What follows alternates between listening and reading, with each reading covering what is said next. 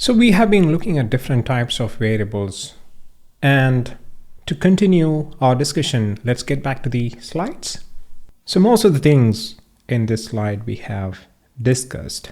We have not gone into the bit details, but we have seen the number of bytes in the Visual Studio Code. But one thing I would like to tell you is that most of this thing, you don't really worry in a real world programming, especially in Python, which is a scripting language, which abstracts most of the complexity of the size, shape, and all those kind of different artifacts of variables.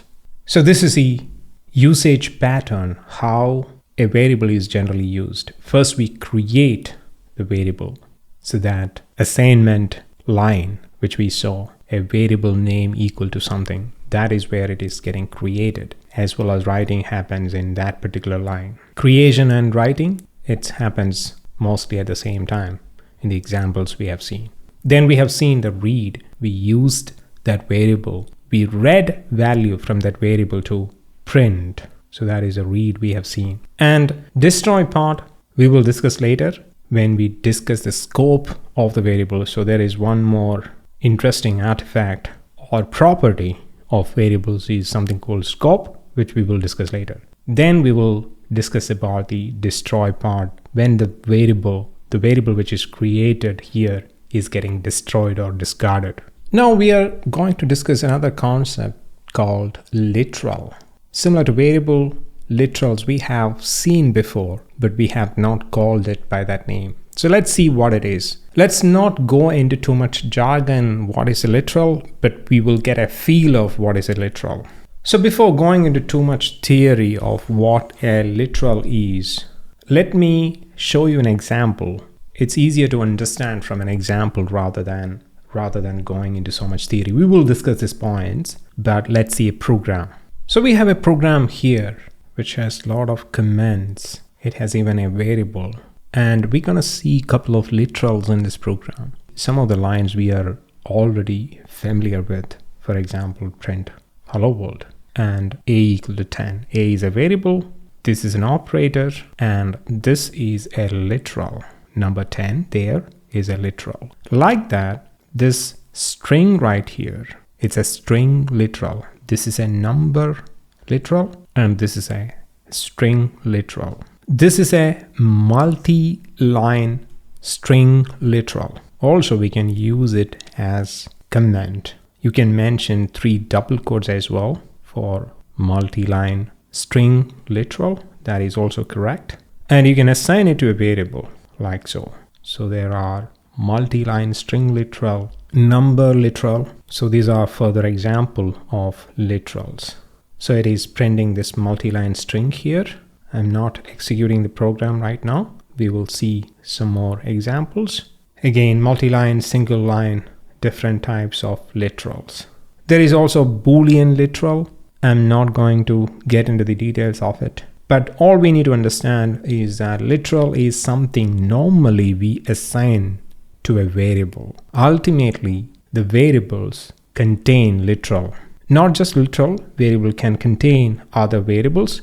But ultimately, if you go the bag inside, you will see normally a literal. Not necessarily, but normally you see a literal. So only 2 examples you need to remember. One is string and another is number for the time being. So this is not a variable. This is not a keyword. Keyword is something we are going to discuss next. It is not a name. It is a literal.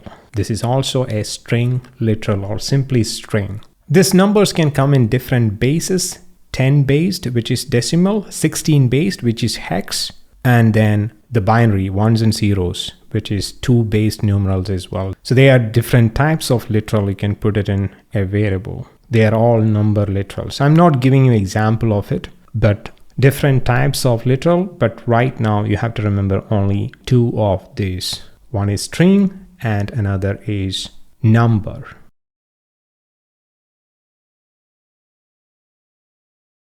Now that we have seen what is a literal, let's try to go through the point. So it represents values. Like I said, the values the variable holds. Normally, the stuff we put it into the bags. The variables are the bags. These are the stuff we put in the bags. Normally they are numbers or strings. In fact, internally strings are nothing but numbers, but I'm not going to the details of it for the time being. As I mentioned, we have already seen it in the printf hello world program. The hello world part was a string, literal. We have already seen that. Yeah, most of the programming language has something called constants. We don't worry much about this third point right here. Some other programming languages has a lot of focus on constants. Python also has a way of doing such things, but I have not seen much focus on constants in Python, but they are variables in which you cannot change value. Essentially, they are nothing but literals. So don't worry much about this point.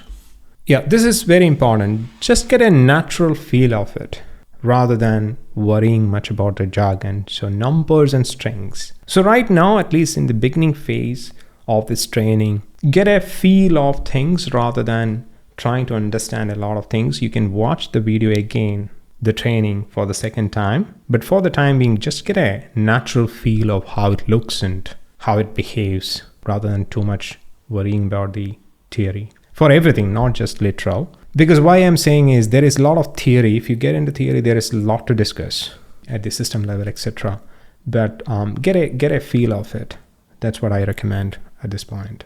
This point we have discussed. We always used to carry a literal inside a variable. So normally a equal to 10.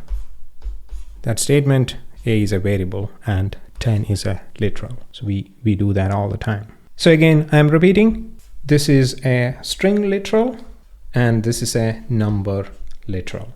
We have seen that in Visual Studio Code. All the code which I'm showing is available in the download bundle. If you want to execute the previous program we have seen, you can do that.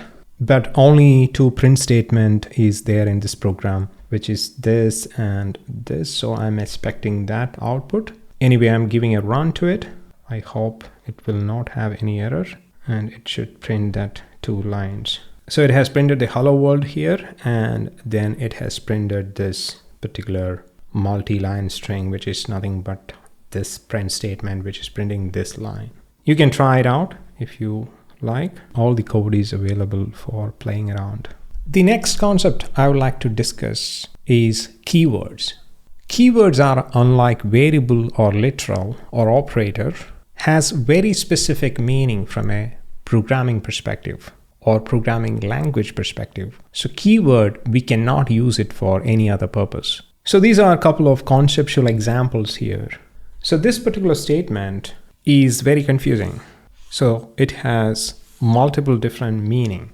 So this kind of things happens when we give variables names which are already given to something else. In English language also we can have ambiguity because we are using keyword in different ways. For example, in English am, and, the, is, was, if, else. All this thing is different keywords in English language if you ask me. They have special meaning. For example, if you give name to a person called was, it can create a lot of problems. Like that, Python programming language or any programming language has a set of keywords. It has very specific meaning and it is part of the core programming language. In this case, it is Python and cannot be used for anything else. So this is the most important point, especially for variable names. We cannot use keywords for variable name. For example, if is a keyword in Python. This statement will create a problem. While this is fine, a equal to 0 is fine, while if equal to 0 is not fine because if is a keyword. So do else. So these are the keywords in Python. At least it is a subset of keywords which we will use in near future. There are a lot more keywords in Python, but these are the minimum subset we will be using in the near future in this particular course, but we will see a lot more later. If, else, for, while, break, continue, return, def or def. Import, we have seen import before, but we have not seen in detail. We will see it in detail later. From is another keyword. So we will see all of these keywords and the use of it probably they are very, very important. So these are probably the most important keywords in Python as well. So every single program you will see most of it, if not all of it. We will see them one by one. So this statement holds good here above our examples, and for the time being, it is the most used subset and we don't need more. There are some other keywords, try, catch, etc. But for the time being, we'll be sticking with this much.